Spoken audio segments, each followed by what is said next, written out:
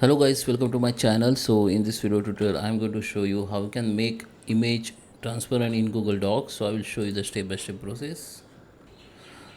Okay guys, so here we are. This is my Google Docs. Okay, so let me insert one image here. So I just go to the image. I need to go in upload computer. So I just select that image and open it. Okay, so you can resize it like this.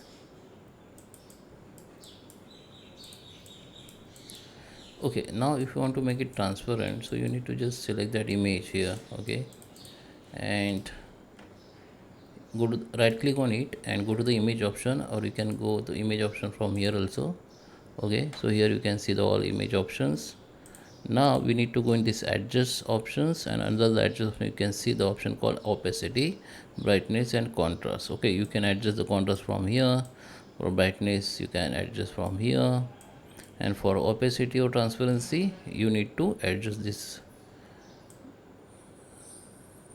percentage like here. Okay, if you want to make minimum opacity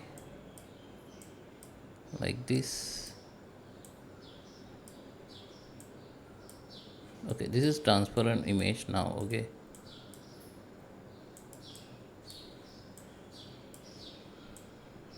you can see this is transparent now.